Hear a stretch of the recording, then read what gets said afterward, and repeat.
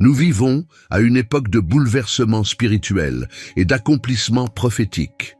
Regarder Israël aujourd'hui, c'est comme regarder une horloge prophétique en mouvement. Il semble que nous approchions de l'une des étapes les plus importantes de la fin des temps, la reconstruction du troisième temple à Jérusalem. Cet événement, bien que nié par beaucoup, est en train d'être préparé discrètement avec des signes qui ne peuvent plus être ignorés. Depuis 1967, lorsque Jérusalem a été reconquise par Israël lors de la guerre des 6 jours, la clameur pour le retour du culte sur le mont du Temple n'a pas cessé. Un désir profond, enraciné dans l'identité spirituelle d'Israël, a commencé à gagner en force. La Bible prononce déjà ce moment avec précision, comme le révèle Daniel. Et il fera alliance avec beaucoup pour une semaine, et au milieu de la semaine, il fera cesser les sacrifices et les offrandes. Et sur l'aile des abominations viendront les désolés, et cela jusqu'à la consommation, et ce qui est déterminé sera déversé sur les désolés. Daniel 9:27. Ce verset suggère clairement que les sacrifices, qui n'existent pas aujourd'hui, se reproduiront, ce qui ne se réalisera qu'avec l'existence d'un nouveau temple. Et les préparatifs sont déjà en cours.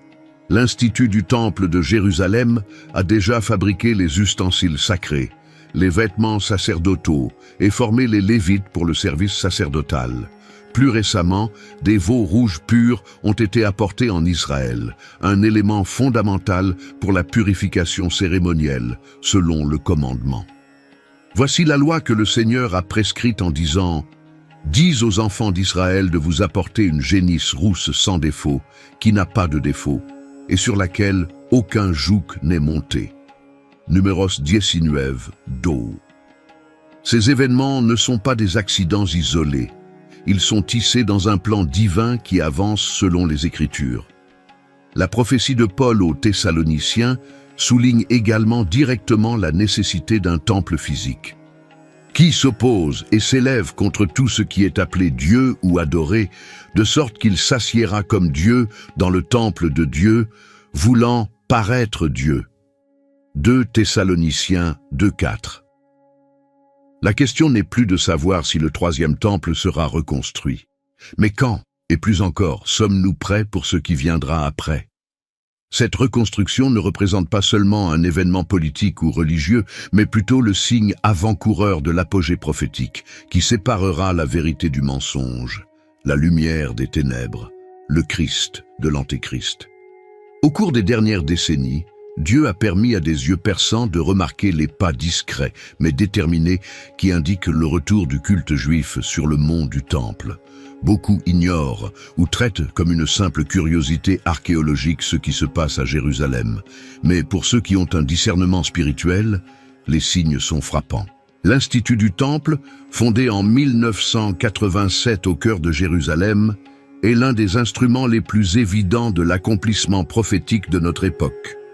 Son but déclaré est la reconstruction du Temple à Jérusalem, en rétablissant toutes les pratiques du culte lévitique selon la Torah. Il ne s'agit pas de spéculation. Tout est documenté, accessible et public. Une préparation légitime, visible et avancée. Tous les ustensiles sacrés décrits dans le livre de l'Exode et du Lévitique ont déjà été fabriqués, tels que la ménorah, le chandelier d'or, l'encensoir d'or pur, la table des pains de proposition, les vêtements sacerdotaux des fils d'Aaron, y compris l'éphod, le pectoral avec les 12 pierres des tribus d'Israël, et la mitre sacrée, les autels pour les sacrifices et l'instrument pour l'offrande, tel qu'établi par la loi. De plus, les Lévites ont déjà été identifiés par la lignée généalogique et formés pour le service sacerdotal. Cette restauration du sacerdoce lévitique est une condition sine qua non pour que les rituels du temple puissent recommencer. Tout cela confirme que le retour du culte est plus proche que jamais. Ce mouvement est en lui-même l'accomplissement des paroles prophétiques. Le livre d'Ézéchiel, qui détaille les visions du futur temple, anticipait déjà cette restauration avec détail et révérence. Mais il y a un verset clé qui transforme cette réalité en une alerte eschatologique. Puis il m'a conduit à la porte qui fait face à l'est. Et voici, La gloire du Dieu d'Israël venait du chemin de l'Orient, et sa voix était comme la voix de beaucoup d'eau, et la terre brillait à cause de sa gloire. Ézéchiel 43:12. Le retour de la gloire de Dieu au temple est directement lié à la restauration physique de Jérusalem et à son culte. Cela nous montre que la reconstruction n'est pas seulement un projet architectural, mais un signe du mouvement spirituel qui précède le retour du Messie. Cependant, cette préparation sera aussi l'étape de la grande supercherie.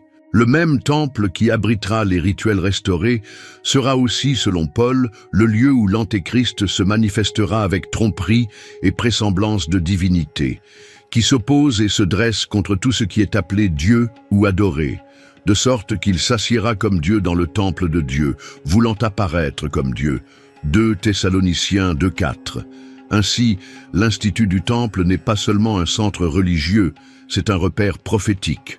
Le monde le voit comme une initiative de préservation culturelle ou historique. Mais ceux qui ont des yeux spirituels comprennent. Chaque vêtement, chaque ustensile, chaque autel préparé est une trompette eschatologique, annonçant au ciel et à la terre. Un autre aspect crucial est le retour des sacrifices. Bien que cela choque la mentalité chrétienne occidentale, qui voit dans le Christ le sacrifice parfait et définitif, la restauration des rituels mosaïques en Israël n'est pas un revers théologique, c'est l'accomplissement exact de la prophétie de Daniel. Et il fera alliance avec beaucoup pour une semaine, et au milieu de la semaine, il fera cesser les sacrifices et les offrandes. Daniel 9:27. Pour que le sacrifice et l'offrande cessent, ils doivent d'abord se reproduire. Cela nous montre que le temple sera construit avant la pleine manifestation de la supercherie finale. L'interruption de ces sacrifices sera le signe que la grande tribulation aura commencé. De plus, on ne peut ignorer l'élément spirituel et symbolique qui sous-tend la reconstruction.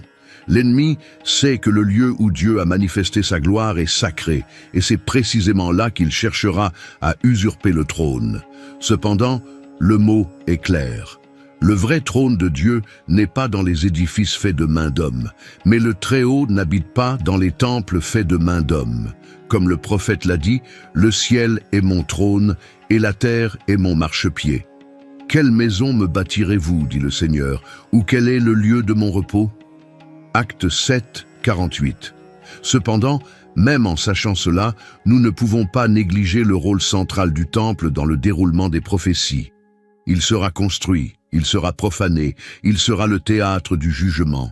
Et il est déjà en train d'être préparé sous les yeux de tous, comme un compte à rebours silencieux jusqu'au jour du Seigneur. Alors que le monde se concentre sur les conflits politiques, les progrès technologiques et les crises économiques, Israël reste l'épicentre de l'horloge prophétique de Dieu. Chaque mouvement vers la reconstruction du troisième temple ne se fait pas de manière isolée. Elle est liée à des événements géopolitiques, à des alliances stratégiques et, étonnamment, à des signaux considérés comme impossibles pendant des siècles. L'un des signes les plus emblématiques et les plus récents a été la naissance et le transfert de veau rouge pur en Israël. Peu de chrétiens en connaissent l'importance, mais pour les Juifs orthodoxes, cet animal est essentiel pour la purification cérémonielle du temple, selon le commandement donné par Dieu à Moïse. Voici la loi que le Seigneur a prescrite en disant « Dis aux enfants d'Israël de vous apporter une génisse rousse sans défaut, qui n'a pas de défaut, et sur laquelle aucun joug n'est monté. » Nombre 19:2. Sans cette génisse rousse, il n'y a pas de purification. Sans purification, il n'y a pas de reprise des sacrifices. Et donc, sans sacrifice, il n'y a pas de temple fonctionnel. La naissance de veaux rouges aux États-Unis et leur transfert en Israël en 2022, sous stricte surveillance rabbinique, a provoqué un véritable tollé dans les coulisses de la religion à Jérusalem. Ces animaux sont gardés sous surveillance pour s'assurer qu'ils restent purs, sans un seul poil d'une couleur différente, jusqu'à ce qu'ils atteignent l'âge approprié pour le sacrifice. Ce n'est pas seulement un symbole religieux, c'est un signe tangible et flagrant qu'Israël se prépare à restaurer des rituels qui ne peuvent être accomplis que dans le temple. Parallèlement à cela, il y a un mouvement diplomatique et spirituel que peu de gens rattachent directement à la prophétie, mais qui a une importance eschatologique et indéniable, les accords d'Abraham. Ces traités de normalisation entre Israël et les pays arabes tels que les Émirats arabes unis, Bahreïn, le Soudan et le Maroc ont créé un environnement géopolitique plus stable autour de Jérusalem. Bien que la paix apparente soit fragile, elle ouvre la voie à de futures négociations sur le statut du mont du Temple. Cette alliance avec beaucoup remonte directement à ce que Daniel a prophétisé. Et il fera une alliance avec beaucoup pour une semaine, et au milieu de la semaine, il fera cesser les sacrifices et les offrandes. Daniel 9, 27. Le concert avec beaucoup peut être considéré comme un accord de paix ou un pacte de sécurité. Bien que nous n'ayons pas encore vu ce concert dans sa forme définitive et prophétique, le décor de sa réalisation est déjà en train de se dessiner. Le cœur des nations est enclin à coopérer avec Israël. La pression pour accorder des droits de culte sur le mont du Temple augmente chaque année, en particulier avec l'avancée de groupes comme les Juifs du Mont, qui souhaitent prier sur le lieu saint. Un autre élément prophétique de grande importance est la croissance du sentiment messianique en Israël. Des mouvements au sein du judaïsme orthodoxe discutent déjà ouvertement de la venue du Messie. Pour les chrétiens, nous savons que ce premier Messie que beaucoup de Juifs reconnaîtront sera le faux, l'Antéchrist. Cette attente messianique augmente à mesure que les signes bibliques se multiplient. La reconstruction du temple sera l'étape finale pour que l'homme d'iniquité puisse se manifester, comme il est écrit. Car le mystère de l'iniquité est déjà à l'œuvre, c'est seulement qu'il est maintenant retenu jusqu'à ce qu'il soit sorti du milieu, et alors le méchant sera révélé. Selon Thessaloniciens 2, 7 et 8, ce scénario ne peut être ignoré. Tout est aligné. Des veaux rouges prêts à être sacrifiés. Les ustensiles du temple sont déjà préparés, les prêtres sont formés. Un soutien diplomatique croissant autour d'Israël. Discours international sur la liberté religieuse sur le mont du Temple. Jésus lui-même nous a avertis que lorsque nous voyons l'abomination de la désolation dans le lieu saint, nous devons comprendre que le temps est proche. Et quand vous verrez que l'abomination de la désolation, dont parlait le prophète Daniel, est dans le lieu saint, que celui qui lit comprenne, que ceux qui sont en Judée s'enfuient dans les montagnes. Matthieu 24, 15. La reconstruction du temple est la condition essentielle pour que cet événement ait lieu. Et les panneaux sont déjà en place. La seule question qui reste est la suivante. Percevons-nous ces signes avec des yeux spirituels ou suivons-nous comme les jours de Noé, mangeant, buvant, distraits, jusqu'à ce que le déluge vienne? Dieu prépare tout. La terre est en train d'être ébranlée. Israël s'aligne sur le but éternel. Et la parole s'accomplit avec une précision divine. Derrière le mouvement géopolitique et religieux visible autour de la reconstruction du troisième temple se cache une réalité invisible et infiniment plus profonde. Une bataille pour le culte. Le temple physique de Jérusalem est, oui, le marqueur prophétique, mais plus que cela, c'est le symbole d'une guerre spirituelle entre la vérité et la tromperie, entre la gloire de Dieu et l'exaltation de l'homme. Depuis l'Éden, le centre du conflit spirituel a été « Qui sera adoré ?» Satan, avant de tomber, ne désirait pas en finir avec l'adoration, mais s'emparer du trône de l'adoration. Lorsque Jésus a été tenté dans le désert, il a été confronté à une telle proposition. De nouveau, le diable l'emporta en haut d'une montagne et lui montra tous les royaumes du monde et leur gloire. Et il lui dit « Je te donnerai toutes ces choses, si tu te prosternes et si tu te promets de m'adorer. » Matthieu 4, 8. La reconstruction du temple fait partie de cette même confrontation. Dieu a toujours voulu habiter parmi son peuple, mais pas seulement dans des bâtiments physiques. Il veut des cœurs soumis, des vies sanctifiées, un culte véritable en esprit et en vérité, comme Jésus l'a déclaré à la Samaritaine. Mais l'heure vient, et c'est maintenant, où les vrais adorateurs adoreront le Père en esprit et en vérité, parce que le Père cherche de tels hommes pour l'adorer. Jean 423. Pourtant, l'étape de la fin des temps exigera également la manifestation d'un faux culte, celui qui sera offert à l'Antéchrist dans le temple reconstruit, comme signe de la plus grande tromperie que la terre ait jamais connue. Et c'est à ce moment-là que la reconstruction du temple prend une charge spirituelle dévastatrice. Le même endroit où la gloire de Dieu habitait autrefois sera occupé par un imposteur. C'est ce que Paul déclare sans ambages, qui s'oppose et s'élève contre tout ce qu'on appelle Dieu ou qu'on adore, de sorte qu'il s'assiera comme un Dieu dans le temple de Dieu, voulant paraître un Dieu. 2 Thessaloniciens 2,4. Cette prétention à siéger dans le temple représente plus qu'un affront théologique. C'est un acte d'usurpation spirituelle. C'est l'ennemi qui essaie de prendre la place de Dieu, non seulement dans le temple physique, mais dans le cœur de ceux qui rejettent la vérité. Parce qu'en fin de compte, le temple représente aussi le cœur humain. Comme Paul l'a écrit, « Ne savez-vous pas que votre corps est le temple du Saint-Esprit qui habite en vous de la part de Dieu, et que vous n'êtes pas à vous » 1 Corinthiens 6, 19. Il y a donc 2 temples en question dans les derniers jours. Le temple physique de Jérusalem, qui sera reconstruit, profané et utilisé comme plateforme pour la tromperie mondiale, et le temple spirituel, qui est le corps du croyant, qui doit être consacré exclusivement au Seigneur. La reconstruction du temple en Israël est un signal d'alarme pour le peuple de Dieu afin qu'il soit conscient du besoin urgent de reconstruire l'autel du vrai culte en lui-même. Alors que beaucoup regardent les pierres, Dieu regarde les cœurs.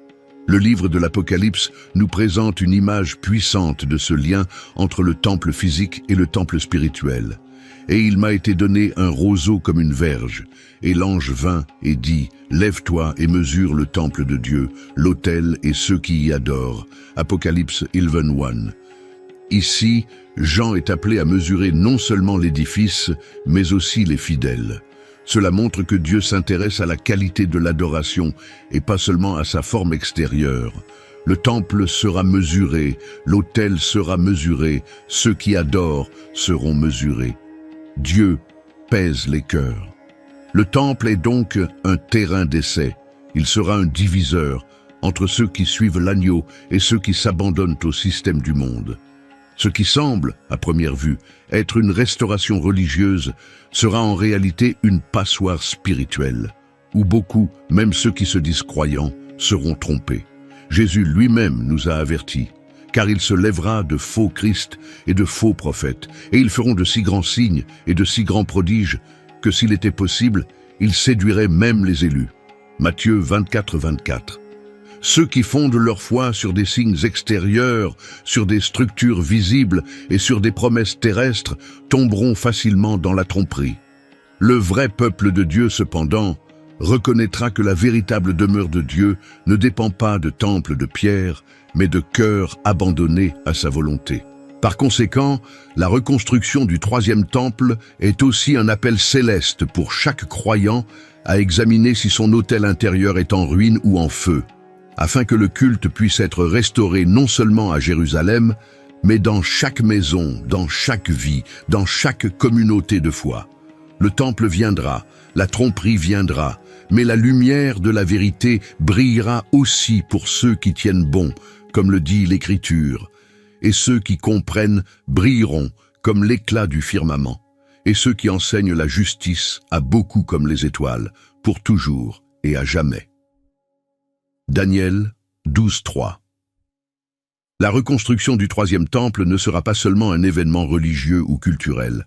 Il deviendra la scène centrale de la plus grande supercherie de l'histoire de l'humanité, la manifestation de l'Antéchrist. Alors que beaucoup célébreront la restauration du culte juif comme un retour à la foi des patriarches, ceux qui ont un discernement spirituel comprendront que ce temple sera profané et transformé en trône du mensonge. L'apôtre Paul a averti l'Église clairement et avec force de cette période d'apostasie. Que personne ne vous séduise en aucune manière, car il n'en sera pas ainsi, jusqu'à ce que l'apostasie vienne premièrement, et que l'homme du péché, le fils de perdition, soit révélé. 2 Thessaloniciens 2:3.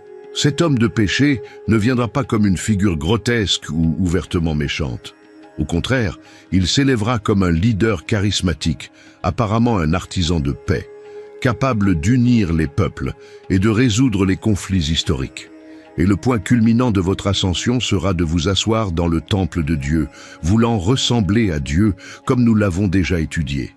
C'est pourquoi il s'assiera comme Dieu dans le temple de Dieu, voulant apparaître comme Dieu. Tout Thessaloniciens, tout four. Ce ne sera pas un événement symbolique ou figuratif, ce sera littéral. Un leader mondial doté d'une autorité et d'une influence spirituelle mondiale se tiendra dans le temple de Jérusalem et revendiquera pour lui-même le culte qui appartient exclusivement au Seigneur. Le livre de l'Apocalypse décrit cet être comme la bête, et son ascension sera accompagnée de miracles, de signes et de prodiges qui tromperont beaucoup, y compris au sein de la communauté religieuse, et feront de grands signes, de sorte que même le feu descendra du ciel sur la terre à la vue des hommes. Révélation 13:13. Ce pouvoir de tromperie sera si convaincant que beaucoup de ceux qui professent la foi aujourd'hui seront emportés par elle. C'est pourquoi l'appel au discernement est urgent. Le temple sera reconstruit, mais son existence n'apportera pas la sainteté au monde. Elle apportera le jugement sur ceux qui n'aiment pas la vérité. Paul poursuit en l'avertissant, et avec toute la séduction de l'iniquité envers ceux qui périssent, parce qu'ils n'ont pas reçu l'amour de la vérité, afin d'être sauvés. C'est pourquoi Dieu leur enverra l'œuvre de l'erreur, afin qu'ils croient au mensonge. 2 Thessaloniciens 2:11.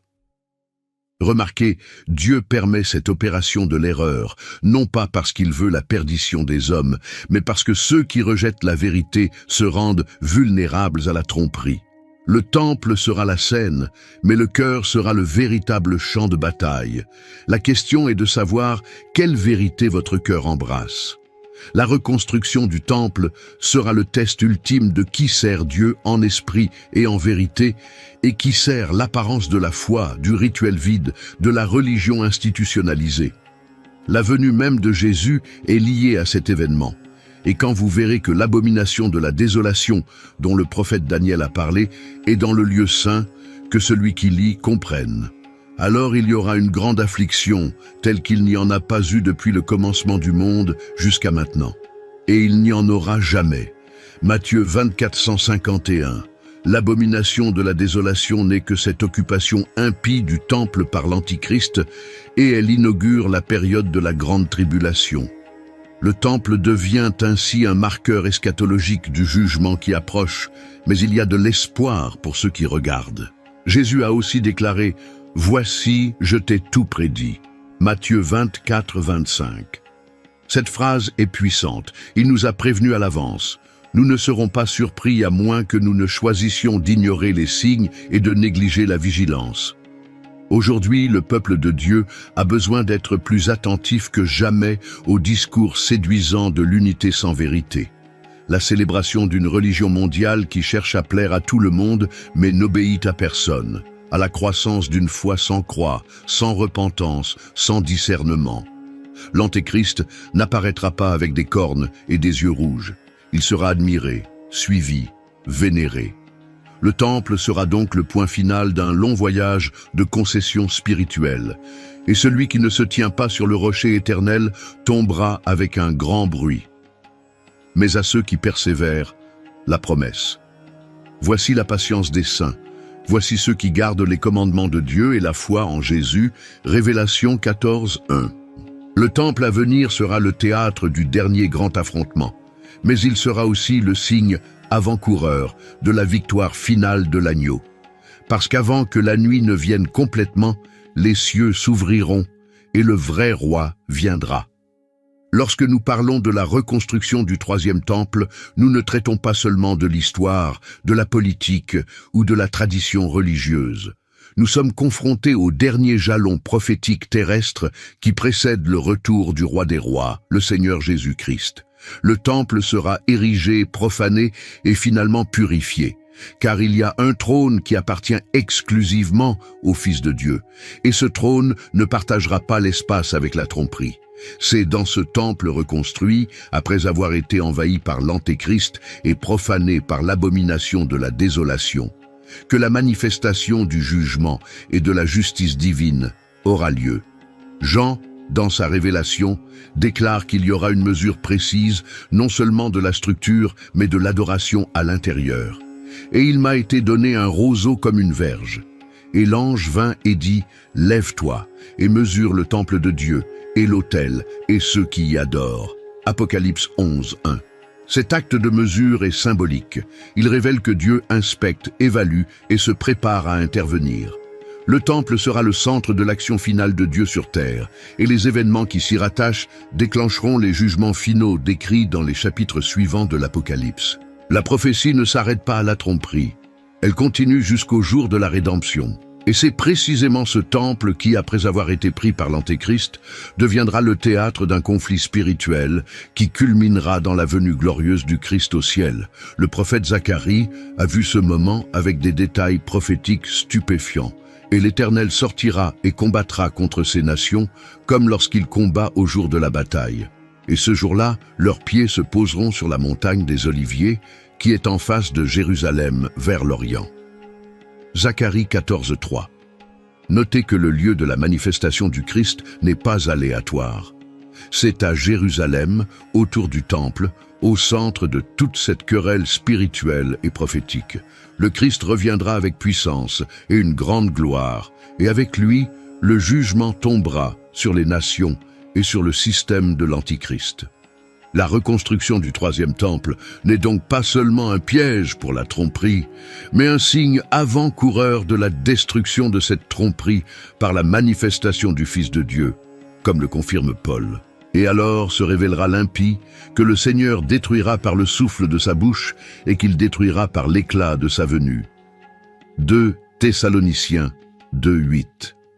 Le temple sera purifié, la terre sera jugée, et le royaume du Christ sera établi avec justice et vérité. Ézéchiel, dans sa vision finale, décrit un temple glorifié bien au-delà du physique, avec la présence manifeste de Dieu. Et il me dit, « Fils de l'homme, c'est là le lieu de mon trône et le lieu de la plante de mes pieds, où j'habiterai éternellement parmi les enfants d'Israël. » Ézéchiel 43, 7. C'est la destination finale. Jérusalem ne sera pas seulement le théâtre de la guerre et de la tromperie, il sera restauré comme la demeure visible de la gloire de Dieu. Cependant, jusqu'à ce que ce jour arrive, le temple physique sera le thermomètre prophétique. Tout progrès vers sa reconstruction doit allumer en nous un signe spirituel d'urgence. La question n'est pas de savoir quand le Christ reviendra, mais sommes-nous prêts pour le moment où il viendra? Jésus dit, « Et voici, je viens bientôt, et avec moi est la récompense que j'ai à donner à chacun selon son œuvre. » Apocalypse 22:1. La préparation au retour du Christ ne commence pas avec Jérusalem, elle commence dans nos cœurs. Le troisième temple sera reconstruit. Mais ce que Dieu cherche aujourd'hui, c'est un peuple qui sera son temple vivant, séparé et saint, attendant avec révérence le jour glorieux de son retour. La reconstruction du temple est le dernier jalon avant la fin. La trompette finale sonnera. Les cieux seront déchirés. L'agneau ne viendra plus pour être sacrifié, mais pour régner avec un sceptre de fer. Comme il est écrit, le Seigneur régnera éternellement. Ton Dieu, ô Sion, est de génération en génération. Gloire au Seigneur. Psaume 146, 10. Que cette compréhension nous conduise à la sainteté, à la vigilance et au cri. Viens, Seigneur Jésus. Le troisième temple est à la porte. Ses fondations ne sont pas seulement faites de pierre, mais de décisions prophétiques prises dans les coulisses de l'histoire. Israël est en mouvement, le monde est distrait et le ciel est solennellement silencieux, comme s'il attendait le dernier coup de trompette. Mais la grande question n'est-elle pas de savoir quand le temple sera érigé? Et oui, sommes-nous spirituellement préparés à ce qui viendra après sa reconstruction? Le temple n'est pas la fin, il est le signe. Un jalon dans le temps, alerte du ciel, avertissant que le plan éternel de Dieu est sur le point d'atteindre son apogée. La parole de Dieu ne laisse aucun doute. Le temple sera reconstruit. L'Antéchrist se manifestera lui-même. La persécution augmentera. Mais il est aussi écrit que les fidèles tiendront ferme et que l'agneau vaincra. Voici, je viens sans délai. Gardez ce que vous avez pour que personne ne prenne votre couronne. Révélation 3, 11. C'est l'appel à ce temple. Gardez la foi, veillez le cœur. Être un temple vivant de l'esprit, tandis que le temple physique est érigé comme un signe pour le monde. Chaque pas fait à Jérusalem résonne dans le monde spirituel. Et chaque pas que nous faisons dans la sainteté et la vigilance nous rapproche du jour de notre rencontre avec le Seigneur. Ne vous y trompez pas. Il ne s'agit pas seulement d'Israël, il s'agit de toute l'humanité. Il s'agit de vous, de moi, du choix entre la vérité et le mensonge, entre la lumière et les ténèbres, entre le vrai Christ et le faux. Le troisième temple sera un moment décisif et, lorsqu'il sera debout, il sera trop tard pour se préparer. Le moment est donc venu. Recevez ce message non pas comme une information, mais comme un cri de Dieu à votre âme. Préparez-vous, ô Israël, à rencontrer votre Dieu. Amos 4,12. Que cette parole soit comme un phare au milieu des ténèbres, comme de l'huile dans les lampes des vierges sages, et comme une voix qui crie « Voici, l'époux est venu ».